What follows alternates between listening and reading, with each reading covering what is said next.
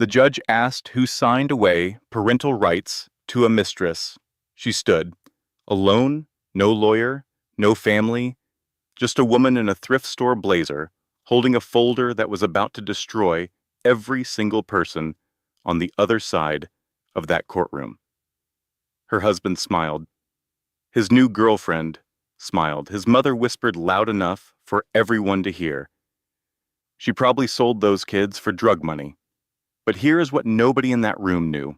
Not the judge, not the lawyer in the $10,000 suit, not the mistress who forged documents to steal two 4-year-old twins, not even the husband who thought he married a nobody from nowhere. That woman standing alone with nothing. She was a billionaire's daughter, and the hospital where every piece of fake evidence was created. Her father owned it. Every camera, every access log, every record of every lie they ever told.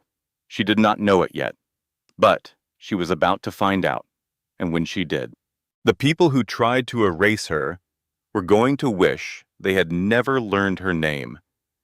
This is the story of Adriana Brooks.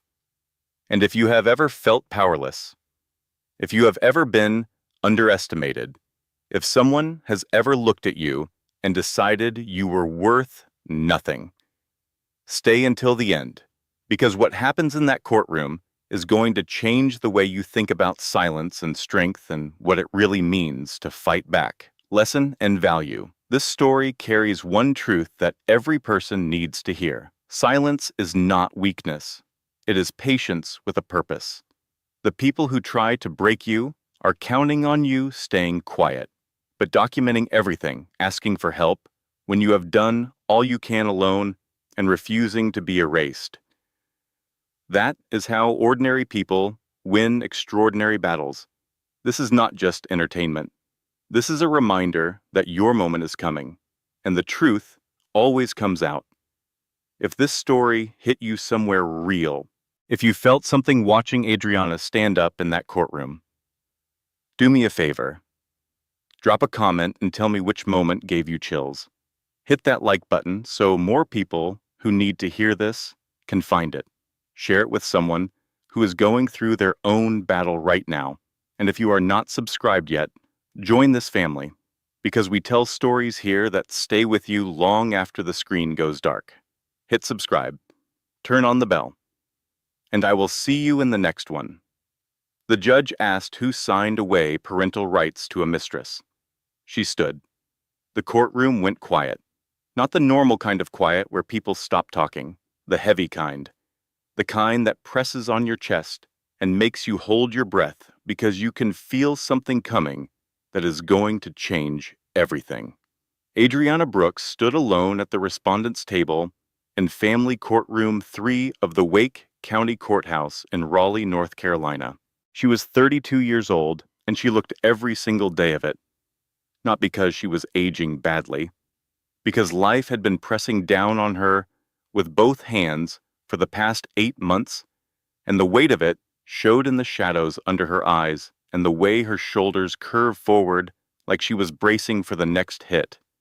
Her clothes were clean but worn, a blazer from a thrift store that was slightly too big in the shoulders, a blouse she had ironed twice that morning because the first time she burned a small crease near the collar, black flats with scuffed toes, no jewelry except a thin gold chain around her neck, the kind you get from your grandmother and never take off, the kind that holds more weight than any diamond ever could. She clutched a battered manila folder against her chest. Inside that folder was everything. 8 months of fighting compressed into paper and ink and desperation. Across the aisle, her husband, Kwame Brooks, sat with his back straight and his jaw set like a man who had already won. He wore a charcoal suit that fit perfectly. New haircut, fresh shave, he looked like the kind of man who appeared on the cover of a business magazine. The kind of man people trusted on sight. Next to him sat Simone Carter. Simone had that look. You know the one. Designer bag positioned just so on the table. Manicure fresh, Hair laid perfect, makeup that looked natural, but cost $200 worth of products to achieve. She touched Quam's bowed arm like she owned him, like she had already won him, and this courtroom appearance was just a formality, a rubber stamp on a future she had already designed. Behind them sat Quam's mother Lorraine and his sister Tracy. Lorraine was 58 with a church hat and a permanent expression of disapproval.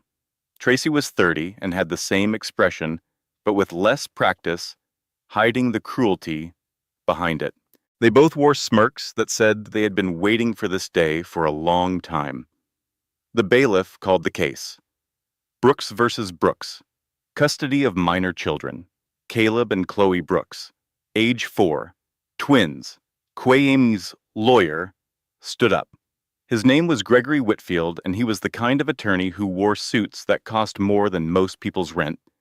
He moved with the confidence of a man who did not lose cases because he did not take cases he could lose.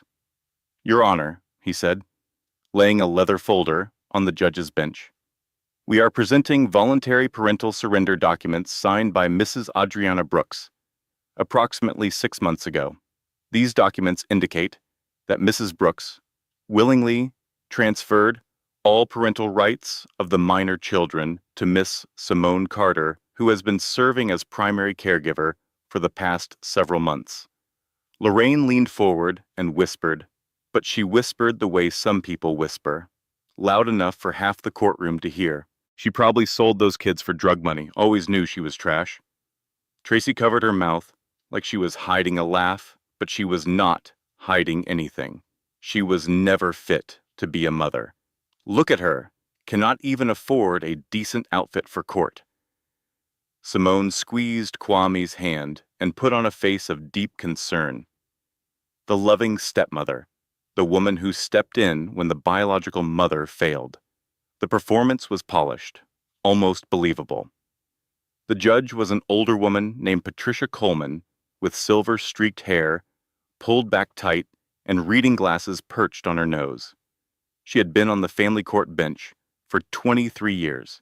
She had seen every kind of lie, dressed up in every kind of suit. She looked over her glasses at the documents, then at Adriana. Mrs. Brooks, do you recognize this signature as yours? Adriana took the papers with steady hands. She looked at them for a long moment. Her lips moved slightly, like she was reading every single word, memorizing it, filing it away. Then she looked up at the judge. Her voice was soft but clear.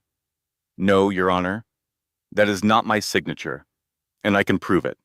Quayam shot to his feet. Stop lying. You abandoned our kids for months. You could not handle being a mother, so you ran. Lorraine stood up too. She does not deserve those babies. Never did. Simone started crying. Real tears. Your Honor, I have been raising those children like my own. I love them. I have been there for every doctor appointment, every bedtime story, everything Adriana walked away from. Judge Coleman banged her gavel once, hard. Order. Everyone sit down, now. She turned back to Adriana.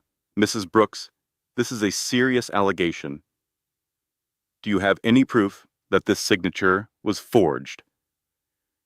Adriana opened her folder slowly. Inside was not just one piece of evidence. It was a stack, organized, tabbed, labeled in her own handwriting. 8 months of fighting, 8 months of documentation, 8 months of a woman who was supposed to be broken, proving that she was anything but. Yes, Your Honor, she said, I do. But to present this evidence properly, I need to explain how I obtained it. And to do that, I need to take you back 8 months, to the day my husband decided to erase me from my children's lives. The judge studied her for a long moment. Proceed, Mrs. Brooks. Adriana took a breath, and she began. 8 months ago, Adriana's life was not glamorous. It was not easy. But it was good. It was hers. She worked the overnight shift at the Raleigh Community Health Clinic. 11 at night to 7 in the morning. The shift nobody wanted because it paid an extra $3 an hour and $3 an hour was the difference between keeping the lights on and falling behind. She was a registered nurse, had been for 6 years. She was good at it. The kind of nurse who remembered patients' names and asked about their kids and checked on them one extra time before her shift ended, even when she was so tired her vision blurred. Every morning, she came home at 7:15. Kwame would already be gone for work, or sometimes he was still asleep. The twins would be in their beds in the room they shared. Caleb on the left, Chloe on the right, same positions every night, like they had an agreement about it. She would wake them gently, make breakfast, scrambled eggs for Caleb because he liked them soft, toast with strawberry jam for Chloe because she liked things sweet. She would drive them to preschool and then come home and try to sleep for 2 or 3 hours before the whole cycle started again. It was exhausting. But when she looked at those two faces across the breakfast table, those big brown eyes that looked just like hers, those little hands reaching for their juice cups, that was everything. That was the whole world in a kitchen that needed new tile. She and Kwame had been married for 5 years, met at a hospital fundraiser when she was 26. He was in medical device sales, charming, confident, had that smile that made you feel like you were the only person in the room when he aimed it at you. He asked for her number before the event ended, called her the next day, took her to dinner that weekend. You are different, he told her, over pasta, at a restaurant she could not afford. Most women I meet, they want something from me, but you just want to be good. She fell for him hard and fast because when you have been alone most of your life and someone finally sees you, really sees you, you hold on to that with both hands. They married after 6 months, small ceremony. His mother, Lorraine, came and pulled Adriana aside before the vows. You better be good to my son. Do not you trap him with no babies. Adriana smiled and nodded, because she was too happy to let the words land. She filed them away in the back of her mind, the way you do with things you do not want to examine too closely. Within a year, she was pregnant with twins.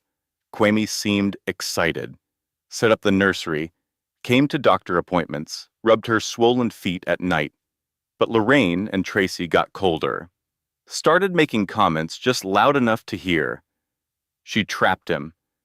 Those babies probably are not even his. Caleb and Chloe were born on a Tuesday morning in October, 6 minutes apart, screaming their way into the world like they had something urgent to say. When the nurse laid them in her arms, Adriana cried so hard she could not breathe. She finally had family again, because Adriana Brooks had not always had family. She had not always had anyone. Her mother Angela died bringing her into the world.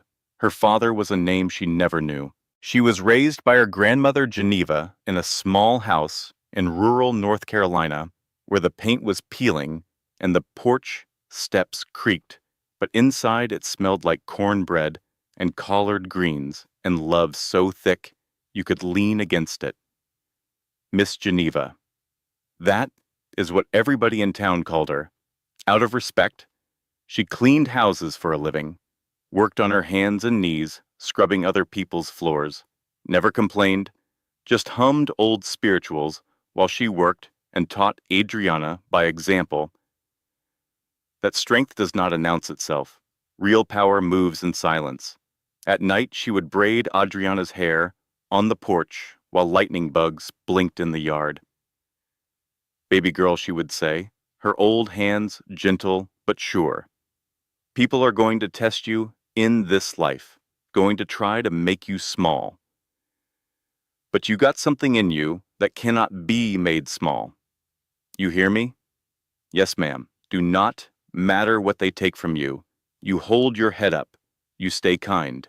And when the time comes, you will know who you really are. Geneva got sick when Adriana was 16. Cancer. Moving fast.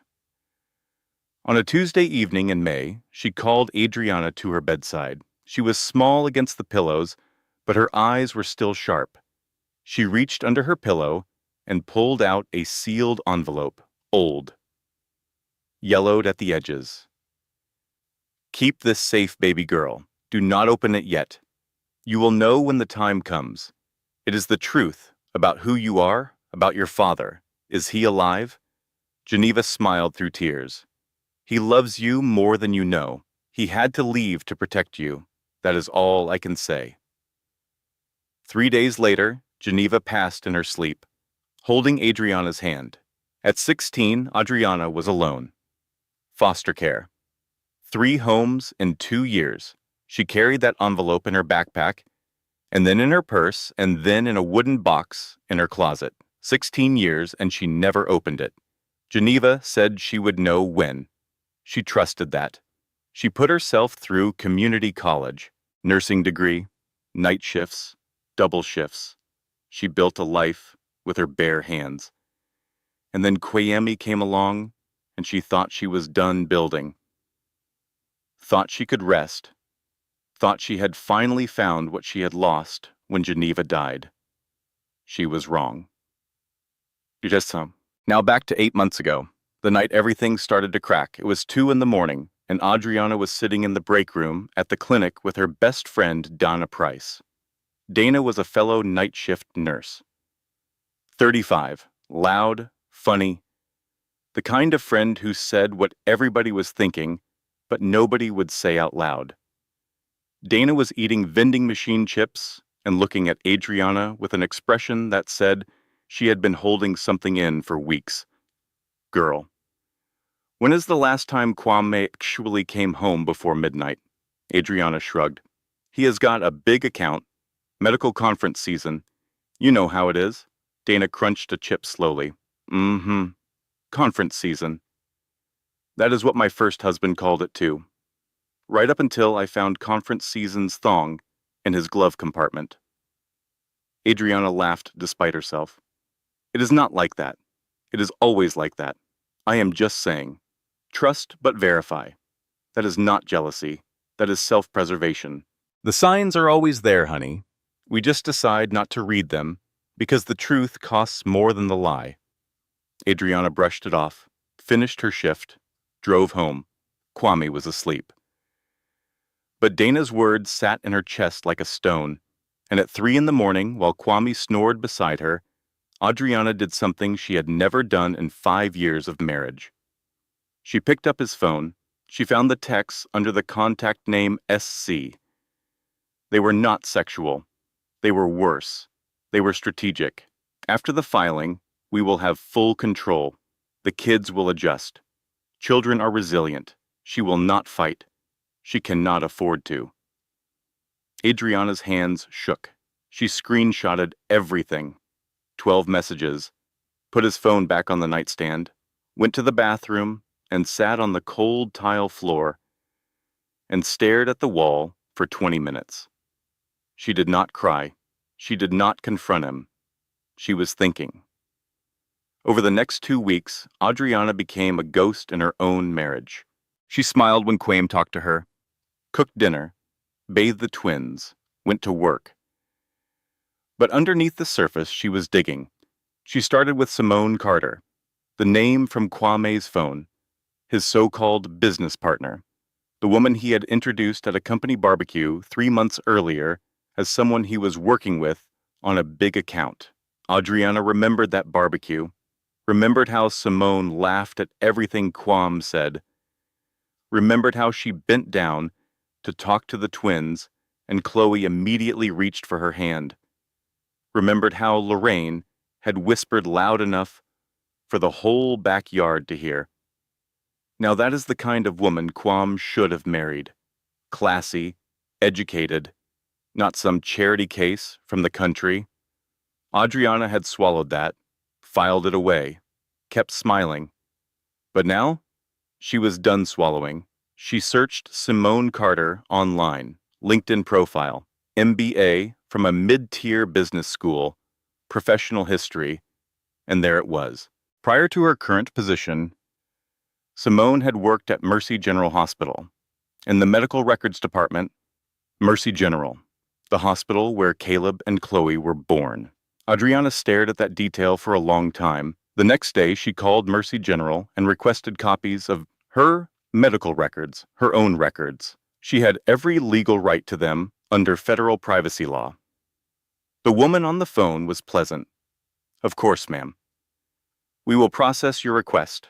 Allow 5 to 7 business days. 7 business days passed. Nothing. She called again. I am sorry, ma'am. There seems to be a system issue. We are working on it. She went in person, sat in the records office for 2 hours. A clerk told her the file was being reviewed. Come back next week. She went back. Come back next week. Something was wrong. She could feel it in her gut the way you can feel a storm coming before the sky changes color.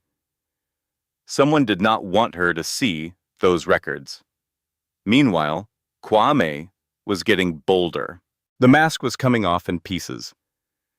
One evening, he came home late and found Adriana reading to the twins on the couch. Caleb was half asleep against her arm. Chloe was fighting to keep her eyes open.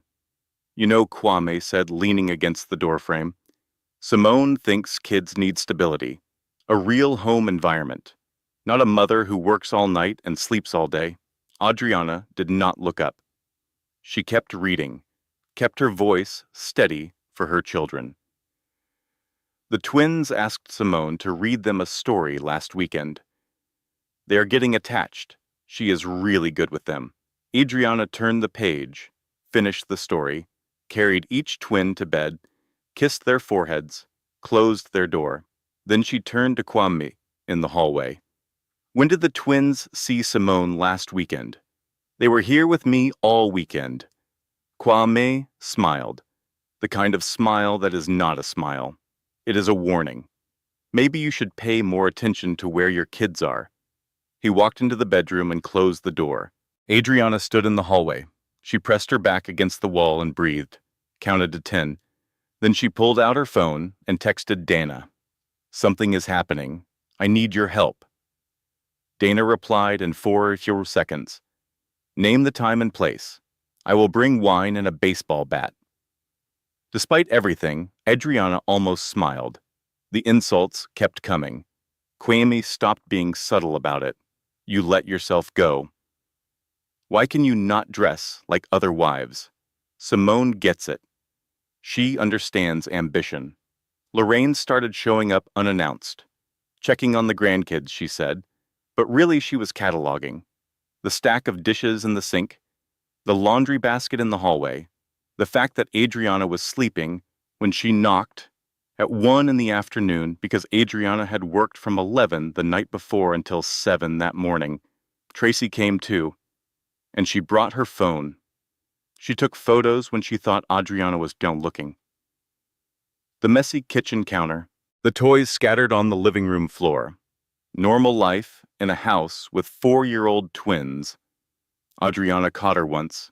Did you just photograph my kitchen? Tracy put her phone away with fake innocence. I was just texting. Relax. They were building a case. All of them. And Adriana could see the architecture of it forming around her like walls going up brick by brick. Then one evening, she came home from a shift to find the apartment empty. The twins' beds were made, neat, too neat. The way you make a bed when you are not coming back. Their shoes were gone. Their little backpacks with the cartoon characters. Gone. A note on the kitchen table. Kwame's handwriting. I am taking the kids to my mother's for the week. They need a stable environment. Do not make this harder than it has to be. Adriana called his phone. No answer. Texted. Nothing. Called Lorraine. Voicemail. Called Tracy. Voicemail. She drove to Lorraine's house at 7 in the morning, still in her scrubs. Mascara smeared, hands shaking on the steering wheel. Lorraine opened the door with a smile so sharp it could cut glass. Oh, honey, the kids are fine. They're having pancakes with their daddy and Simone. You look tired. Maybe you should go home and rest. Adriana pushed past her. Inside the kitchen. Kwame at the table.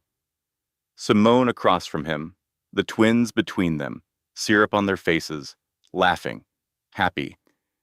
The scene looked like a family portrait, but the wrong family. "Mommy!" Chloe shouted. Miss Simone made Mickey Mouse pancakes. The knife went in clean, right between the ribs. Kwame stood up. His face was stone. "You need to leave. You are scaring the kids." "I am scaring them. You took them from their home. Lorraine from behind. See? This is what I have been telling you. Unstable." Kwame pulled an envelope from his jacket pocket. "Divorce papers? Sign these. Take the settlement. Walk away clean. Simone is going to be their real mom." Adriana looked at the papers, then at her children, who had gone quiet because children always know when the air in a room changes. Then at Simone, who was cutting Caleb's pancakes with a calm, steady hand, like she had been doing it forever. Adriana took the papers. She did not sign them. She looked Kwame dead in the eye. "You will have to drag me through every court in this state, but you will not erase me." She walked out, got in her car, closed the door, and she broke. Full, ugly, crying. The kind that hurts your ribs and makes your throat raw.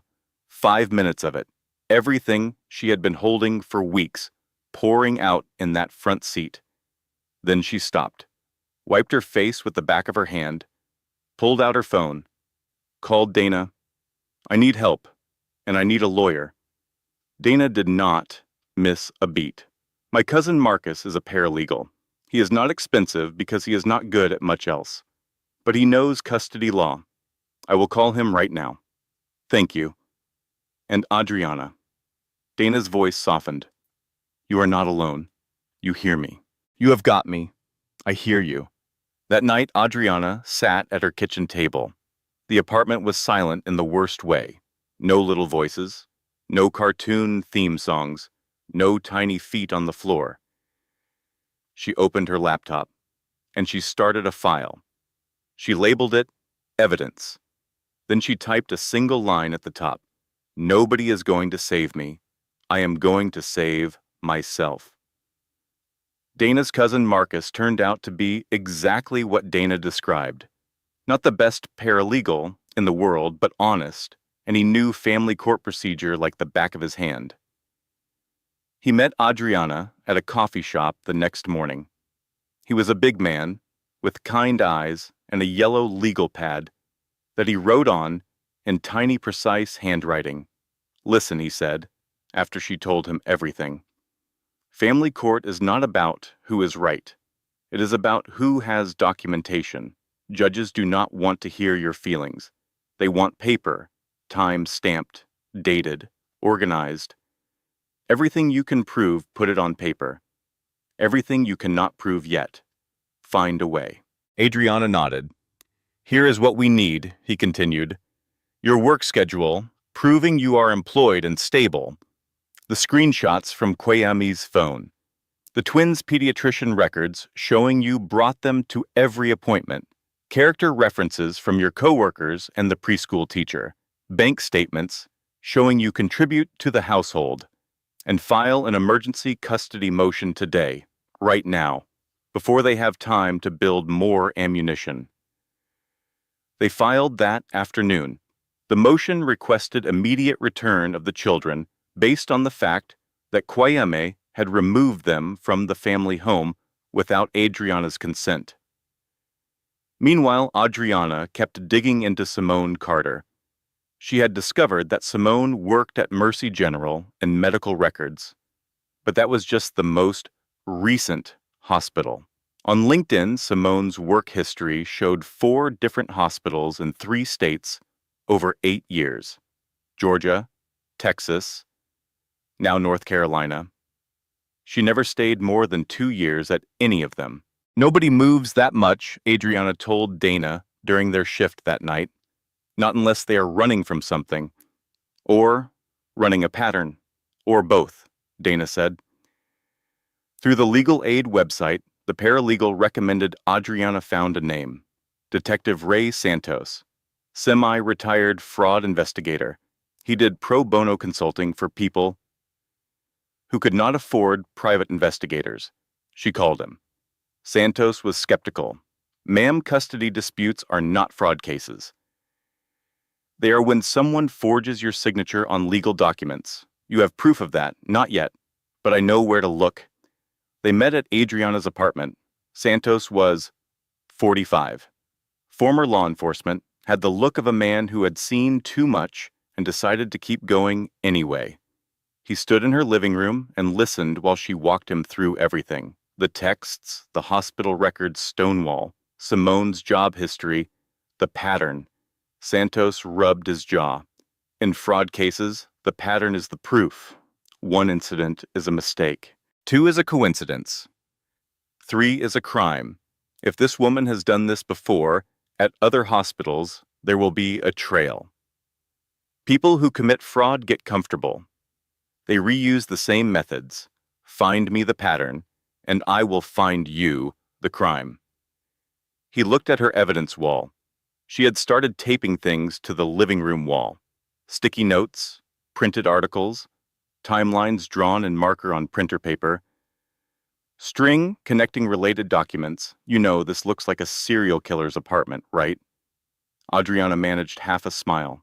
Serial killers do not have Paw Patrol playing in the background. From the next room, Caleb's voice drifted in. He was watching TV at Lorraine's house, but in Adriana's mind, she could still hear him. Santos pointed at the wall. This is good, though. This is how investigators think. You have good instincts. I have a grandmother who taught me to pay attention. Over the next 4 weeks, Adriana built her case during every free hour. After the twins went to sleep during her lunch breaks at the clinic on her phone in the parking lot between errands, she called hospitals in Georgia and Texas where Simone had worked. Most would not talk to her. But Santos had connections. He found something in Atlanta. A woman named Keisha Williams, a nurse. She had gone through a divorce 3 years earlier. During the proceedings, documents surfaced showing she had voluntarily signed over custody of her 2 children. Keisha said she never signed anything. She lost custody for 2 years before an appeals court overturned the ruling. The hospital where the documents originated, the same hospital where Simone Carter had worked in medical records. Santos called Adriana at 11 at night. She was about to start her shift. I found your pattern, he said. Her name is Keisha Williams. She is willing to talk. Adriana closed her eyes. Breathed. She has done this before, Adriana whispered. This is what she does. Yes.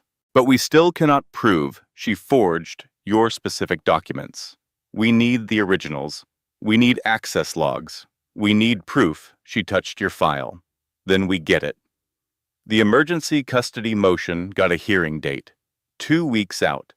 The paralegal Marcus helped Adriana prepare.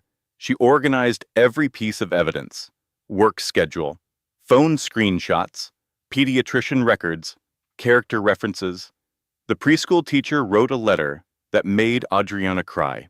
Adriana Brooks is the most devoted mother I have ever had in my classroom. Her children are loved and cared for, and they talk about their mommy every single day. At the preliminary hearing, the judge reviewed the emergency motion. Kwame's lawyer, Gregory Whitfield, argued that the children were safe and well cared for and that disrupting their current arrangement would cause harm. But he did not have documentation. He had assumptions. Adriana had paper. The judge ordered the children returned to Adriana pending the full custody hearing. That evening, Adriana picked up Caleb and Chloe from Lorraine's house. Lorraine did not say a word, just opened the door and stepped aside. The twins ran to their mother. She knelt down and held them both so tight they squirmed. That night, she read them 3 bedtime stories. Then she lay down on the floor between their beds and listened to them breathe. For 1 week, things were okay. For 1 week, she almost believed it would be all right. The phone rang on a Tuesday morning. Adriana had just dropped the twins at preschool. She was in the parking lot, about to drive home for 3 hours of sleep. Her supervisor's voice was careful. The way people sound when they are delivering bad news, they did not choose. Adriana, we received an anonymous complaint. Someone reported that you have been stealing prescription medications from the clinic. Adriana's hands tightened on the steering wheel. That is not true. I believe you, but we have to follow protocol. You are suspended pending investigation, without pay. I am sorry. The line went dead. Adriana sat in the parking lot for 10 minutes. She did not move. She did not cry. She was calculating. No income meant no rent. No rent meant the apartment was at risk. And without employment, she was vulnerable in custody court. Someone knew exactly which dominoes to push. She called Santos. How would someone file an anonymous complaint about a nurse? Anyone can do it. Phone call to the state board. Anonymous tip line. Why? Because someone just filed one against me. And I need you to understand the timing. I just won a custody hearing 5 days ago. 5 days, and now I am accused of stealing drugs. Santos was quiet for a moment. Who has access to the complaint system?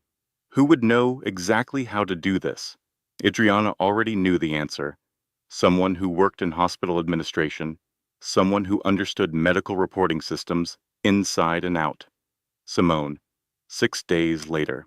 A knock at her door at 8 in the morning.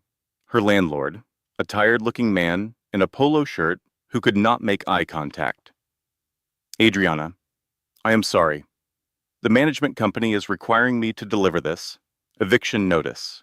30 days to vacate. She was behind on rent because of the suspension. 1 missed payment. In 5 years of never missing a single payment, 1 missed payment, and they were already filing. She looked at the eviction notice. The property management company name, Trent Property Group. She had never heard of them. She filed the name away. Something about it nagged at her. 3 days after the eviction notice, another knock.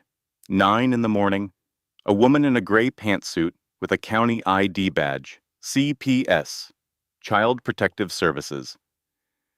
Mrs. Brooks, we received a report regarding the welfare of your minor children. I need to conduct a home visit. Adriana stood in the doorway.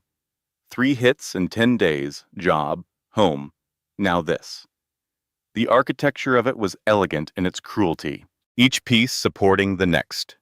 Each one designed to make her look like exactly what Kwame's lawyer would argue she was, unstable, unfit, unable. Come in, Adriana said, because what else could she say?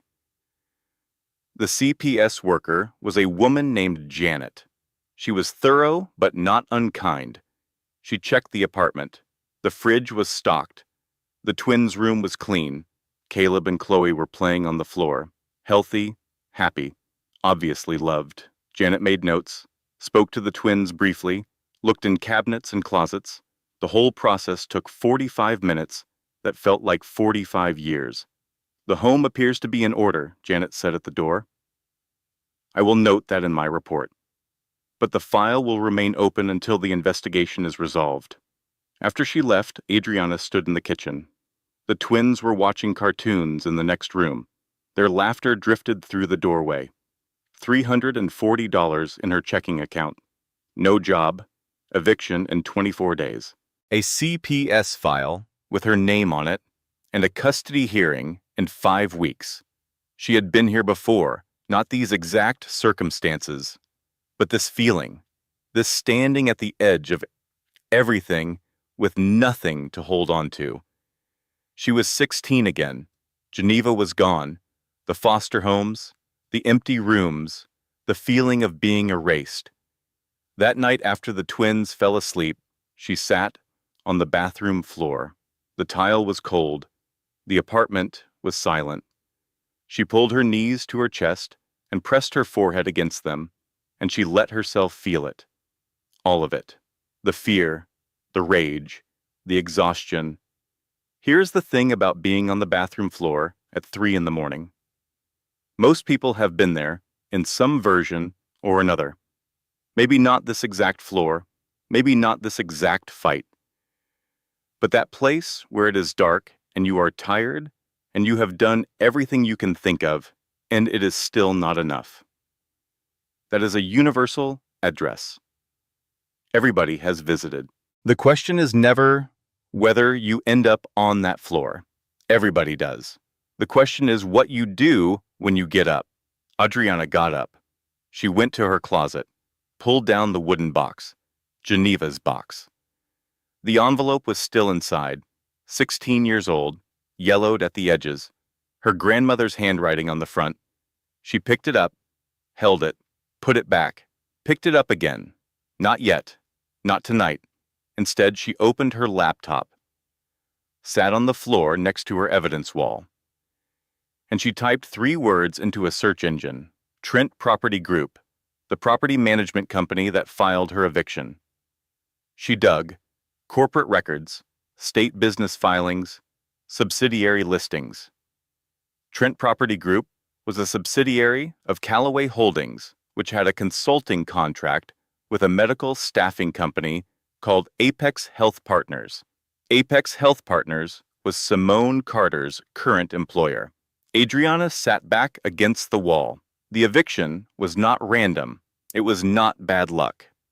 It was connected. The drug complaint, the eviction, the CPS report, they were not 3 separate attacks. They were one coordinated campaign, and Simone Carter's fingerprints were all over it. Adriana grabbed her phone, texted Santos, "I found the connection. Trent Property Group connects to Simone through Apex Health Partners. She coordinated everything." Santos replied at 3:47 in the morning, "I will verify. Do not tell anyone else yet. We build this quietly. When we walk into that courtroom, I want them to have no idea what is coming." Adriana looked at the evidence wall, looked at the wooden box, looked at the ceiling. "Grandma," she said to the empty room, "I am not done yet." Santos verified the connection within a week. Trent Property Group and Apex Health Partners shared a board member. The link to Simone was not direct enough for criminal charges yet, but it was more than circumstantial. Meanwhile, Adriana's drug investigation was moving forward. The clinic reviewed every controlled substance log for the past 12 months. Every pill counted, every signature verified. Adriana's records were spotless. 3 weeks after the suspension, her supervisor called. "You are cleared. There is 0 evidence of any theft. The complaint has been flagged as potentially malicious. Come back whenever you are ready." Adriana hung up and cried, not from sadness, from relief so intense it felt like pain. She called the CPS office. Janet, the social worker, reviewed the case. The home visit found nothing of concern. The drug allegation was unfounded. The file was being closed. 2 down, 1 to go. The eviction was still pending, but with her job back, she could catch up on rent. She called the landlord. He agreed to accept a late payment, and Santos had tracked down Keisha Williams in Atlanta. The woman was willing to testify. She had been waiting 3 years for someone to connect the dots. When Santos told her there was another victim, she cried on the phone. "I thought I was the only one," she said. "I thought I was crazy. That is what they make you believe, that you are the crazy one." For the first time in weeks, Adriana felt something she had been afraid to feel. Hope. Dana noticed it during their shift. "Look at you," almost smiling. "What happened?" "We found another victim. Someone Simone did this to before. She is willing to testify." Dana grabbed her shoulders. "Girl, you're about to walk into that courtroom and end them." Adriana shook her head. "Something does not feel right. Every time I get ahead, something knocks me back. Can you just enjoy winning for 5 minutes. Last time I enjoyed winning, I lost my kids for a week. She was right to be cautious. 2 days before the custody hearing, Adriana received a certified letter at her apartment from Kwame's lawyer, Gregory Whitfield. Inside was a motion filing. New documents. Not just the custody surrender papers this time. This time they had a full psychiatric evaluation, signed by a Dr. Helen Marsh, psychiatrist, at Mercy General Hospital.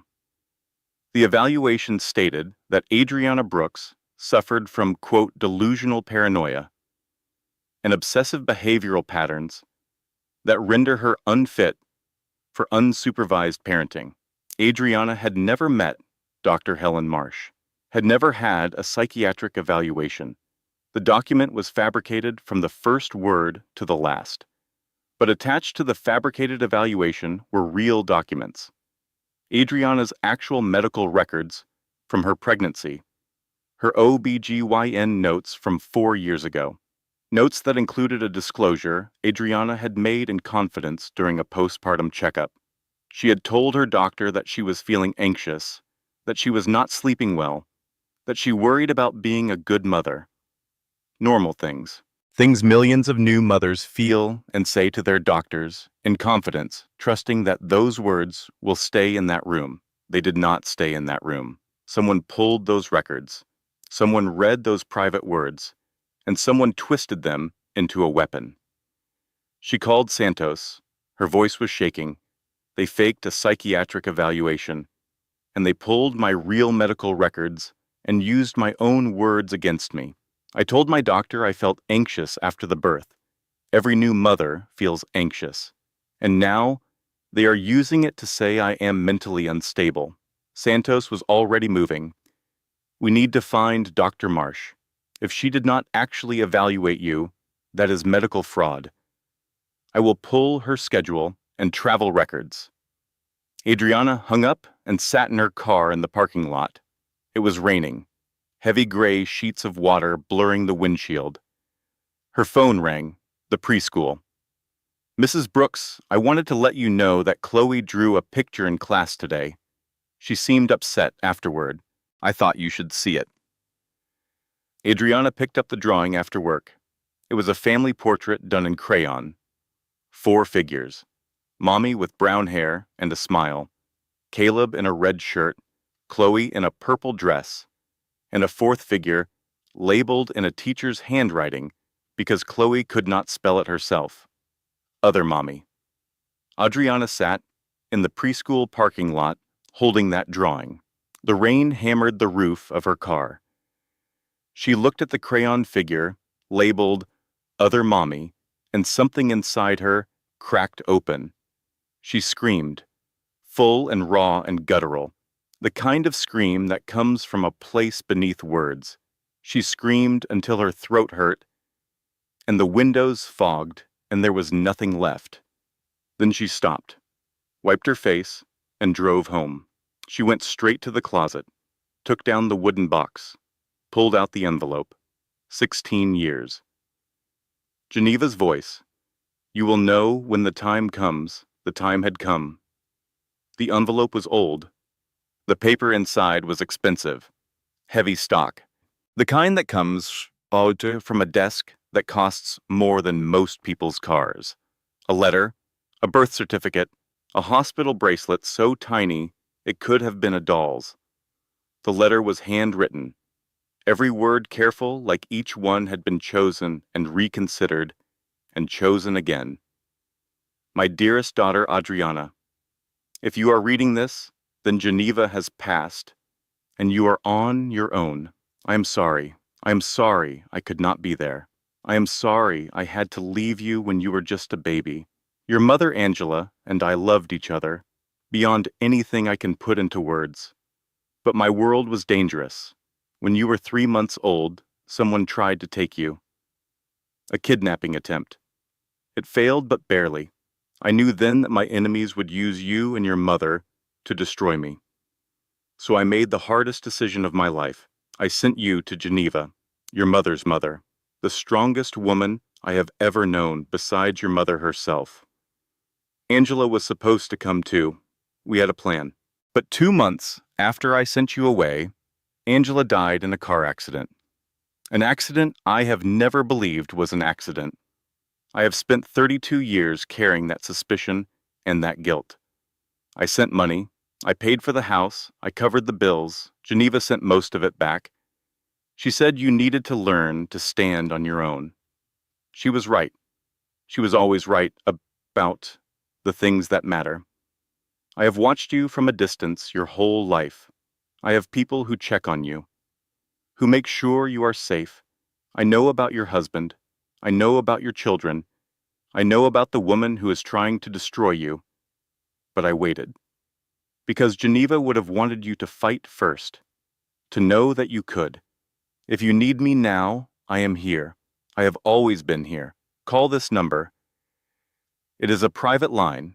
Only you have it. I never stopped loving you. I never will. Your father, Marcus Whitmore. Adriana stared at the name. It was familiar the way a word is familiar, when you have heard it but never paid attention. She picked up her phone, typed the name. The screen filled. Forbes profiles, business magazines, hospital ribbon cuttings, a man in tailored suits, with silver hair and eyes that looked like hers. Marcus Whitmore, founder and CEO of Whitmore Healthcare Systems, 12 hospitals across the Southeast, medical research facilities, pharmaceutical investments, real estate holdings, net worth $4.2 billion. Her phone slipped from her hands onto the bed. She picked up the birth certificate. Father Marcus James Whitmore. Mother, Angela Rose.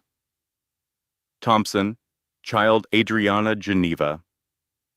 Thompson Whitmore. All her life, she thought she was nobody, thought she was alone, thought she was a girl from a small town with nothing but a dead grandmother's gold chain and an envelope she was afraid to open.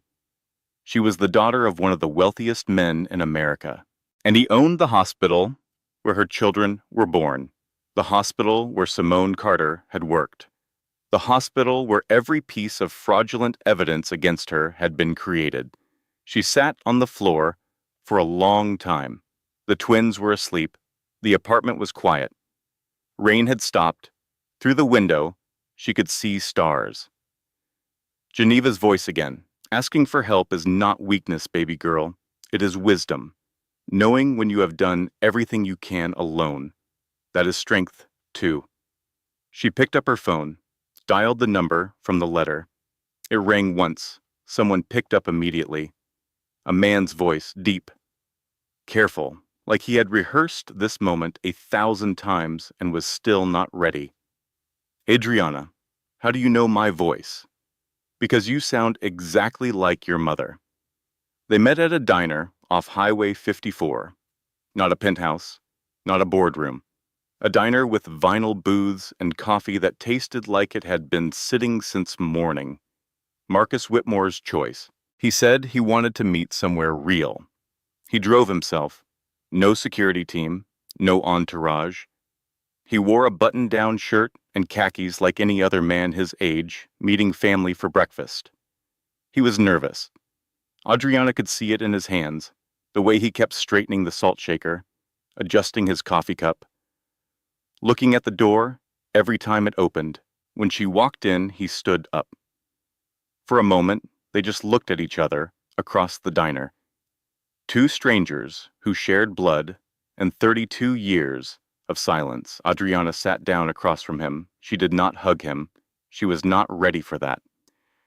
You watched me grow up in poverty, she said, no warmth in her voice, not yet. You watched me bounce through 3 foster homes. You watched me work double shifts to put myself through nursing school. And you did nothing. Marcus met her eyes. I sent money. Geneva. Geneva scrubbed floors on her hands and knees. I watched her do it. If you sent money, it was not enough. It was. She sent it back. Every check, after the house was paid off, she returned. She said you needed to learn to stand on your own. I argued with her about it for years, but she was immovable. You know how she was. Adriana did know. That was exactly something Geneva would do. Stubborn in the specific way of women who believe that struggle builds character because it built theirs. Marcus slid a folder across the table. His hands were steady, but his voice was not. I failed you as a father. I know that. 32 years. I cannot get them back. I cannot undo the foster homes, or the loneliness, or any of it. But I can help you now, if you will let me. Adriana opened the folder. Inside were printouts. Security camera theater logs from Mercy General Hospital. Time-stamped access records from the medical record system. Employment records. How long have you had this? 3 weeks. Adriana looked up. Her eyes were hard. 3 weeks. While I was losing my job. While I was getting evicted. While CPS was in my kitchen, looking in my cabinets. You had this for 3 weeks, and you waited. Marcus held her gaze. Because you needed to fight this yourself first. You needed to know that you could. And you did. You found the pattern. You found the detective. You found the connection between Trent Property Group and Apex Health Partners. You built the case, Adriana, all of it. I just have the last piece. And what is that? I own Mercy General Hospital. Every security camera in that building, every access log, every record of who logged into what system and when. Simone Carter accessed your medical files 47 times in 6 months. She accessed Keisha Williams' files over 60 times. Before that, in Atlanta, Adriana's jaw tightened. And Dr. Helen Marsh, she is a real psychiatrist. She does work at Mercy General, but she was on vacation in Portugal the entire week she supposedly evaluated you. I have her passport stamps, her hotel receipts, her airline tickets. You own the hospital where my children were born. I own 12 hospitals. Mercy General is the one that matters. Silence. The diner hummed around them. A waitress refilled coffee. Somewhere, a plate clattered. How do you want to handle this? Marcus asked. I can have my legal team take over. Best attorneys in the state. We can end this in 48 hours. Adriana shook her head. No. No. I want to be the one standing in that courtroom. I want Kwame to see my face when it falls apart. Not yours. You come in when I call you, not before. Marcus studied his daughter. Something shifted in his face. Not surprise, exactly. Recognition. Like he was seeing someone he knew and someone he had just met. You really are Geneva's girl. Over the next 2 weeks, they built the final case. Adriana, Santos, Marcus's legal team working behind the scenes. They constructed it like an architect builds a building. Every beam load bearing, every walsall reinforced. The forged custody documents. Signature analysis from 3 independent experts, plus proof. Adriana was on shift at the clinic when the papers were supposedly signed. The fabricated psychiatric evaluation. Dr. Marsh's travel records proving she was in another country. The pattern. Keisha Williams' testimony. The Dallas case, records Santos uncovered. 3 hospitals, 3 victims, 1 perpetrator. The medical records breach. 47 unauthorized access logs. The coordinated attack, the drug complaint, the eviction, the CPS report, all traceable through corporate records to Simone Carter's network. Santos looked at the final evidence package, spread across Adriana's kitchen table. The twins were asleep. It was midnight. This is not just a custody case anymore, he said. This is racketeering. Marcus nodded from the corner where he sat drinking coffee from a mug that said, World's Best Nurse. Chloe had given it to Adriana for Mother's Day. Adriana looked at them both. When we walk in there, I present my evidence first. Everything I gathered on my own. The screenshots, the work records, the signature analysis I paid $200 for, my case. Then when the judge needs verification, that is when you come in. She looked at Marcus. You are not the story. The story is a woman who fought for her children with everything she had. You are the evidence that proves she was right. Marcus raised his coffee mug. Geneva would have said it exactly that way. The courtroom was full. Word had spread the way it does in county courthouses, through clerks and bailiffs and lawyers who gossip in hallways. Something was going to happen in courtroom 3. Nobody knew exactly what, but the energy was different. People who had no business being there found reasons to sit in the gallery. Adriana stood at the respondent's table. Same thrift store blazer, same gold chain, same battered folder, but something was different about the way she held herself. Straighter, steadier, like the ground under her feet had solidified overnight. Across the aisle, Kwame and his team looked confident. Whitfield had the new psychiatric evaluation in his folder. Simone sat with her hands folded, looking serene. Lorraine and Tracy in the gallery, ready for the final act of a play they thought they had already written. Judge Coleman called the hearing to order. Whitfield presented the original custody documents, then the psychiatric evaluation. He spoke about Adriana's suspension from work. The CPS investigation, the eviction notice. He painted a picture of a woman in crisis, a woman spiraling, a woman whose children deserved better. Simone dabbed her eyes at the right moments. Lorraine nodded along like she was in church. Tracy took notes on her phone. The judge turned to Adriana. Mrs. Brooks, you stated that these documents are forged and that you have evidence. The court is ready to hear it. Adriana stood. She opened her folder. Your Honor, 6 months ago, my husband served me divorce papers. 2 weeks later, my children were taken to his mother's house and not returned. I had to file an emergency motion just to get them back. Since then, I have been accused of stealing drugs from my workplace. I have been served an eviction notice. I have had Child Protective Services at my door, and now I am looking at a psychiatric evaluation from a doctor I have never met. She laid the first document on the bench. This is my time-stamped badge record from the Raleigh Community Health Clinic showing I was working a 12-hour shift on the date these custody documents claim I visited an attorney's office to sign away my rights. Second document. This is a forensic signature analysis from an independent expert showing that the signature on these documents was digitally copied from old employment paperwork. From what I signed when I was first hired at the clinic. Whitfield stood. Your Honor, this is clearly fabricated. I am not finished, Adriana said. Her voice did not rise. It did not need to. Third document. This is a record of employment for Simone Carter showing she worked in the medical records department at Mercy General Hospital until 7 months ago.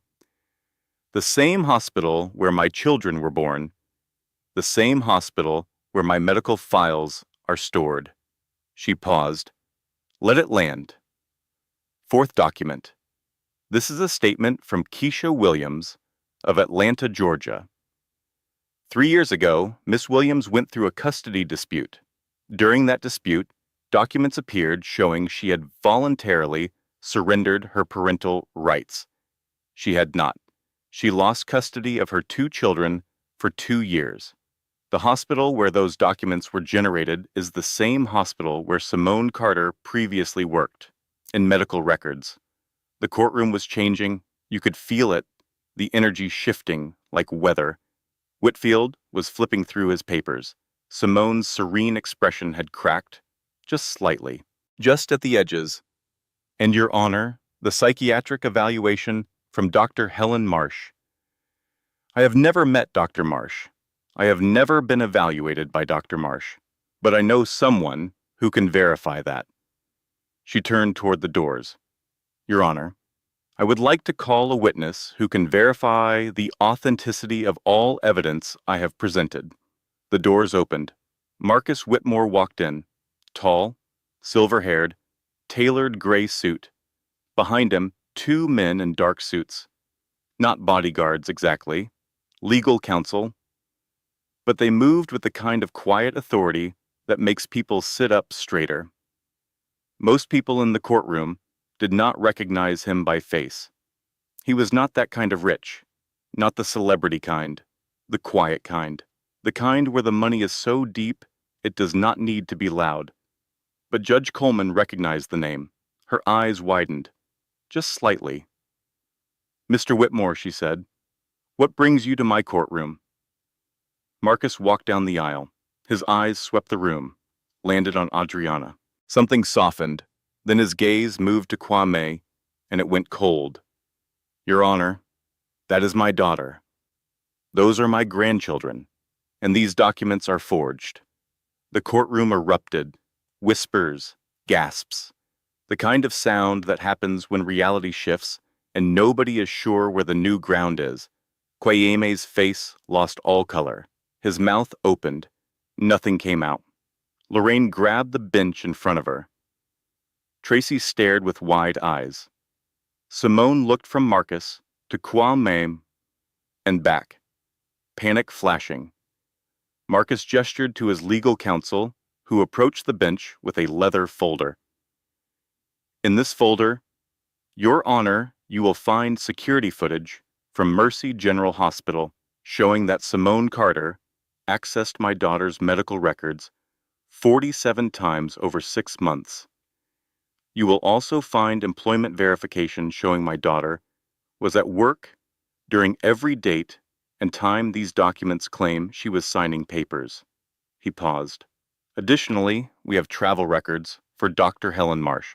Passport stamps, airline tickets, hotel receipts.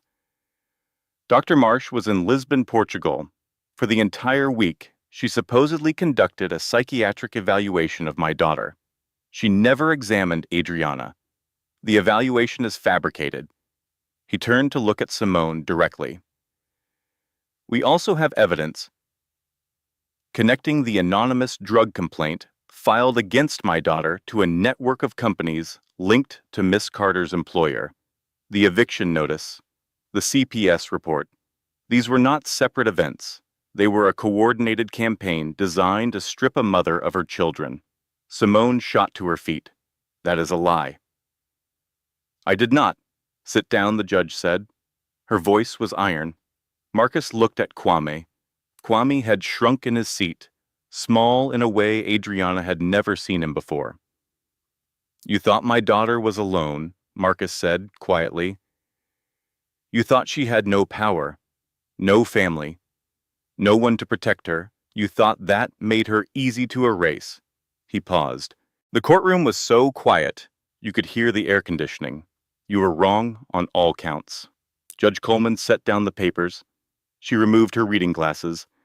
When she spoke, her voice carried the weight of 23 years on the bench. "Mr. Brooks, Miss Carter, I am ordering an immediate investigation into document forgery, fraud, and conspiracy. I am granting Mrs. Brooks full emergency custody of the minor children effective immediately. Mr. Brooks, your visitation rights are suspended, pending the outcome of this investigation." Kwame found his voice. "Your Honor, please. I am their father. A father who conspired to give his children to a woman who committed fraud to get them. A father who coordinated a campaign to destroy their mother's reputation. No, Mr. Brooks. You do not get to be their father right now." She looked at Simone.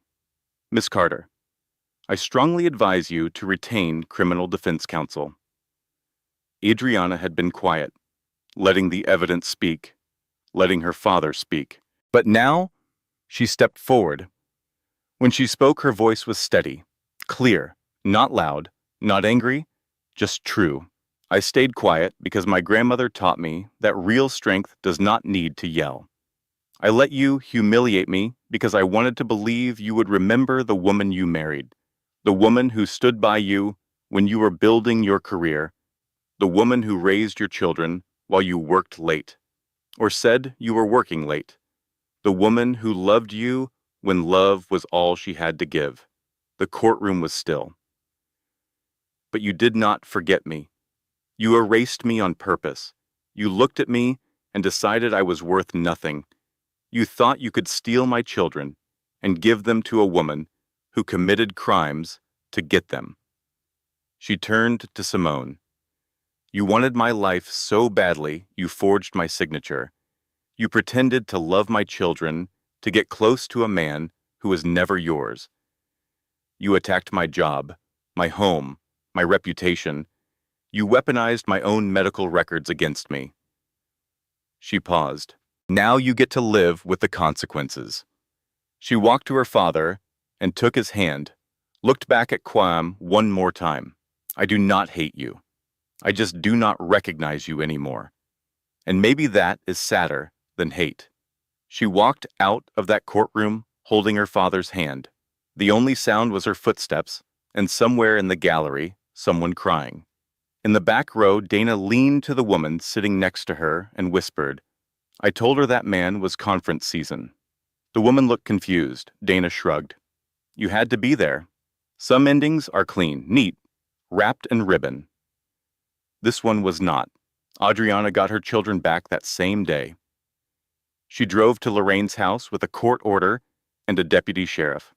Lorraine opened the door and did not say a word, just stepped aside. Caleb and Chloe ran to their mother. She knelt on the porch and held them so tight her arms ached. Chloe buried her face in Adriana's neck. Mommy, do not leave us again. Never, baby. Mommy is not going anywhere. She carried them to the car, buckled them in, drove home, made grilled cheese sandwiches, put on cartoons, sat on the couch with one twin under each arm, and did not move for 3 hours. What happened next happened slowly, not the instant Hollywood version where everything falls apart in a montage. Real consequences move at real speed. Kwame's medical device company put him on administrative leave the day after the hearing. When the investigation became public, they terminated him. His professional reputation collapsed piece by piece. The man who tried to steal a billionaire's grandchildren, that became his story. The only story anyone remembered about him. He moved out of the apartment he had rented when he left Adriana. Could not afford it anymore. Ended up in a studio that smelled like mildew. Got a job stocking shelves at a grocery store on the overnight shift. Paid child support from a paycheck that barely covered his own rent. The court granted him supervised visits, once a month, 2 hours at a community center with a social worker present. 3 months after the hearing, he sat across from his children at a folding table in a room that smelled like industrial cleaner. Caleb would not look at him. Chloe held a crayon and drew circles on blank paper. Hey buddy, Kwame, said, trying to smile. You want to play basketball later? Caleb looked at the floor. Why did you try to give us away, Daddy? The question hit Kwame in the chest like a fist. I made a mistake, buddy. Daddy made a bad mistake. Caleb looked up. Grandpa Marcus says mistakes are when you do something wrong one time. You did it lots of times. That is not a mistake. That is a choice 4 years old, repeating something he heard, not fully understanding it. But children have a way of delivering truth without armor. It goes in clean. Kwame had no answer, because there was no answer. How do you explain to a child that you chose ambition over love, that you let pride and another woman's manipulation convince you that your family was not enough, that you looked at everything good in your life and decided to burn it down? You cannot explain it. You just sit with it. Simone Carter was arrested by federal agents at 6 in the morning on a Tuesday. 2 agents at her door. Document forgery, identity fraud, conspiracy to commit custodial interference, medical records tampering. The investigation uncovered more. Simone had sold private medical records to 3 other individuals over the past 5 years. Adriana and Keisha Williams were not her only victims. They were just the ones who fought back. She faced 12 to 15 years in federal prison. From county jail, she tried to contact Kwame. He answered once. You did this to me, she said. You pulled me into your mess. He hung up. She called back. He did not answer. Through her lawyer, she released a statement saying that Kwame had manipulated her into everything, that she was a victim of his ambition, that she had been coerced.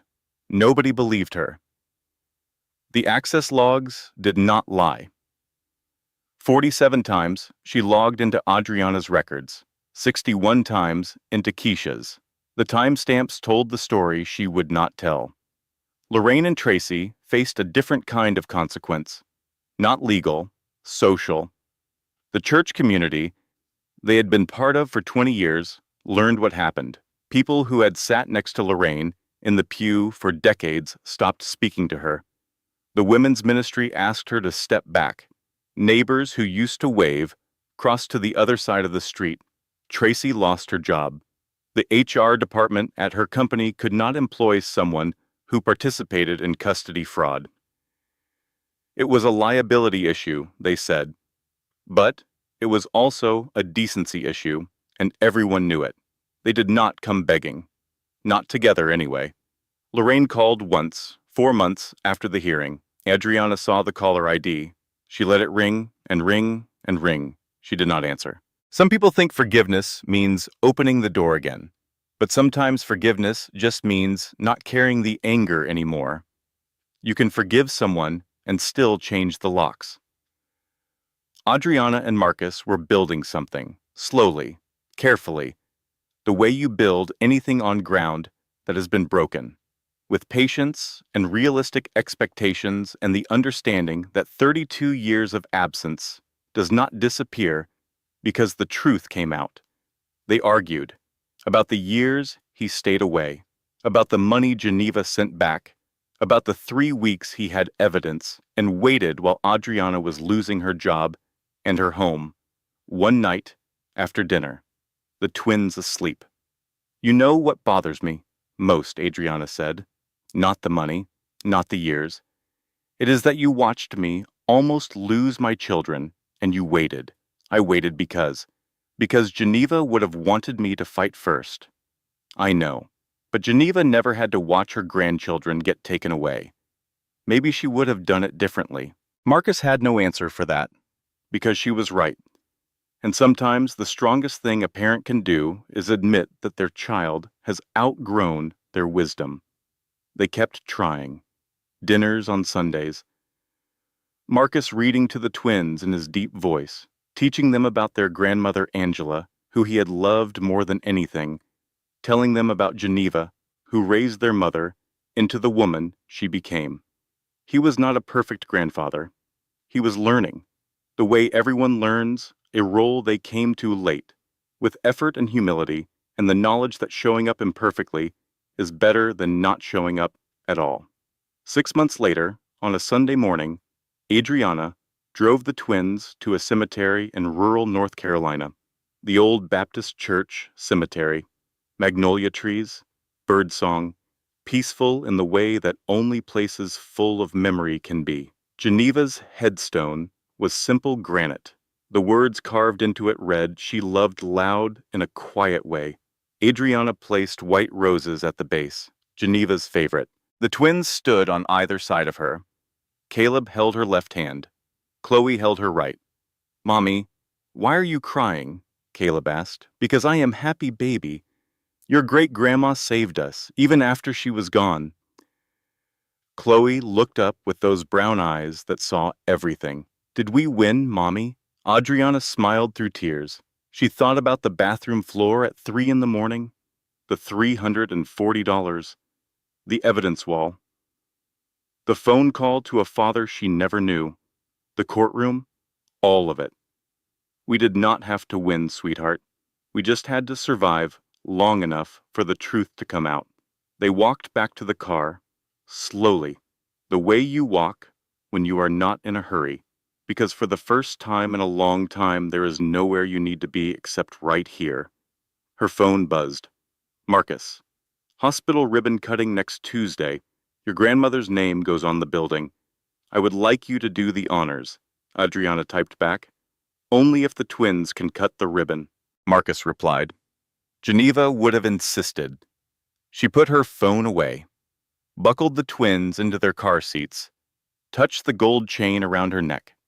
Here's what nobody tells you about strength. It is not the courtroom moment. It is not the standing ovation.